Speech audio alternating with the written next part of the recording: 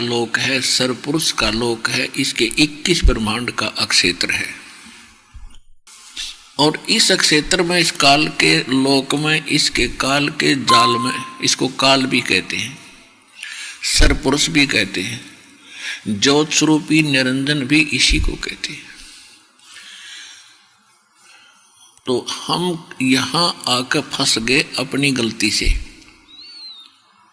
हम परमात्मा को रिजेक्ट किया हमने और इस काल भगवान को चुना। हृदय से इसको हम चाहने लगे सतलोक में, और जिस कारण से परमात्मा के दिल से हम उतर गए।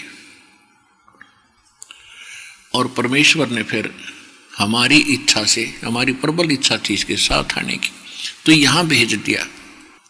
फिर हम यहां आकर के इसने इतने दुखी कर दिए। ये हमें जानबूझकर सताता है, परेशान करता है। इसलिए सताता है कि हम इसके संतान नहीं हैं। हम परम पिता परमेश्वर कबीर देव जी की संतान हैं। चाहे चींटी है, चाहे हाथी है, आज गधा बना, चाहे कुत्ता, चाहे सूअर बना, चाहे किसी मजहब धर्म के अंदर रह रहा है, चाहे कोई रंक है या सेठ है, राजा है, ये सभी आत्माएं, चाहे ब्रह्मा विष्णु महेश, ये देव हैं, अन्य जितने देव हैं, ये सभी परमात्मा कबीर जी की आत्मा हैं। और इसने वहां गलती करी थी, काल भगवान ने, जो उस लोक में शोभा नहीं देती, जो वहां ऐसा करने वाले को निष्कासित कर दिया जाता है। जिस कारण से इसको वहां से निष्कासित किया, इसने अपनी गलती की सजा पाई और विरोध भगवान से शुरू कर दिया। ये आप जी को इसलिए सताता है कि जितने आप दुखी होगे उतना ही आपका पिता दुखी होगा। इसलिए आपका जीवन हराम कर रखा है। आपको पता ही नहीं था अभी तक हम ये कष्ट क्यों भोग रहे हैं। आप हमारे को ऐसे रोका हुआ इस काल भगवान ने जैसे कसाई बकरे पालता है। पुण्यात्माओं, प्रथम बार तो आपको ऐसा लगता है कि ये कोई कथा हुई, ये कोई कहानी हुई, हमने कभी सुना ही नहीं। भगवान बड़ा दयालु है, कैसी बढ़िया मौसम बनाया है, कैसे फल फ्रूट दिए हैं, कैसी बढ़िया कनक बाजरा ज्वार बनाई है, कितनी शीतल हवा चल रही है, दिन रात बनाए हैं, और बढ़िया दरिया बह रही है, शीतल जल इनके अंदर है। तो हम ये सोच लेते हैं कि बहुत परमात्मा हमारी बड़ी केयर टेक करता है, बड़ा देखभाल करता है, हमारे लिए कितनी व्यवस्था कर रखी है, तो बड़ा दयालु है ये भगवान। और जब हम किसी का बेटा मरता है, किसी की बेटी मरती है, पूरा का परिवार नाश हो जाता, अक्षेत्र का अक्षेत्र विनाश को प्राप्त हो जाता है किन्हीं भी कारणों से। फिर हमारी बुद्धि वहां जाती नहीं कि ये कहां गई उसकी दयालुता,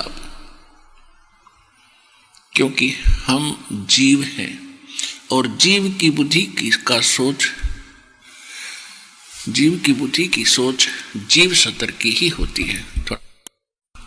और यदि हम इतना विचार करते तो कोई ना कोई विकल्प खोजते, अवश्य कभी चर्चा करते कि ये क्या जीवन हुआ भाई। कल तक ये व्यक्ति अपने बच्चों में कितना प्यार से रह रहा था, और जिस मकान को बनाने में इसने अपना जीवन न्यौछावर कर दिया, जो संपत्ति इसने संग्रहित करी, और वो सारी छोड़कर चला गया। तो ये इससे आगे हम सोच नहीं सके थे, और ये मान लिया था ऐसे तो भाई होया करे, ये तो होता ही है। तो जब तक हमें कोई विकल्प नहीं है तो हमारी यही सोच रहेगी कि ऐसा तो होता ही है। अब इस ज्ञान से पता चलेगा कि ये गलत हो रहा है और हमारी गलती का परिणाम हमें भोगने को मिल रहा है। अब जैसे आदरणीय धर्मदास साहिब जी को परम पूज्य परमेश्वर कबीर जी ने धर्मदास जी के प्रश्न के उत्तर में ये कहा था कि धर्मदास, आप और ये सभी प्राणी इस झूठे सुख को सुख मान बैठे हो। धर्मदास जी प्रश्न किया था धर्मदास जी ने कि देखो जी कितना अच्छा वातावरण है, कैसी सुविधाएं भगवान ने दे रखी है, और आप कहते हो कि ये निर्दयी भगवान है। तो परमात्मा ने कहा कि जब किसी का पुत्र मरता है, किसी की पुत्री मरती है, तब कहाँ जाती है इसकी दयालुता। तो परमेश्वर ने बताया कि धर्मदास मान चाहे मत मान, मैं बताऊंगा तत्व ज्ञान। इसने आपको अपने स्वार्थवश पाल रखा है, उसके लिए इसने अपने 3 पुत्र छोड़ रखे हैं, यहाँ के प्रधान बना दिए। रजोगुण युक्त ब्रह्मा जी को बना दिया, तमोगुण युक्त सतोगुण युक्त विष्णु जी को, और तमोगुण युक्त शंकर जी को। और ये तीनों ही आपको आपकी उत्पत्ति का, आपकी यहाँ स्थिति यानी आरोग्य रखने का और मारने के तीनों कारण हैं, यही कारण है। और इसका मूल निमित्त है इनका पिता, उसको शराब लगा हुआ है 1 लाख मानव शरीरधारी प्राणियों का आहार करने का, और जिसके लिए इसने अपने 3 पुत्र तुम्हारे रखवाले छोड़ रखे, जैसे कसाई बकरे पालता है। अब यहां प्रश्न उठता है। तो परमात्मा ने बताया कि जैसे कसाई बकरे पालता है, ऐसे आप जी को इसने रोक रखा है। अब वो बकरे तो अमुक बकरे होते हैं बेचारे, ना जुबान उनका, और उनके लिए कसाई क्या करता है, एक विशेष स्थान बनाता है, उसके ऊपर एक झोपड़ा डालता है, शेड डालता है, गर्मी और सर्दी ओलों से बचाने के लिए।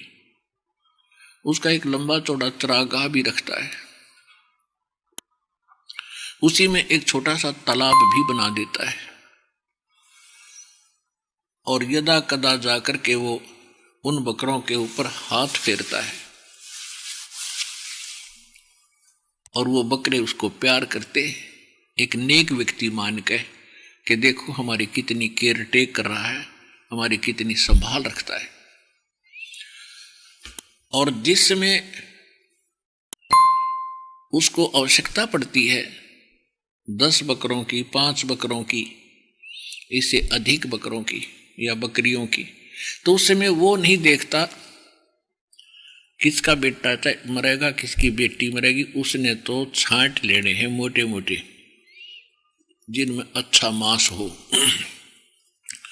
और निकाल ले जाते हैं। उस समय बकरों को भी आभास हो जाता है कि इनकी खैर नहीं है, और वो भागते हैं इधर उधर, एक दूसरे में दौड़ते हैं और मिमाते हैं, चिल्लाते हैं। कुछ देर के बाद वह जीव बुद्धि सेट हो जाती है। तो परमात्मा कहते हैं कि आप जी को इस काल भगवान ने ऐसे रोक रखा है, तेरी समझ में आओ चाहे मत आओ, ये फाइनल समझ लेना।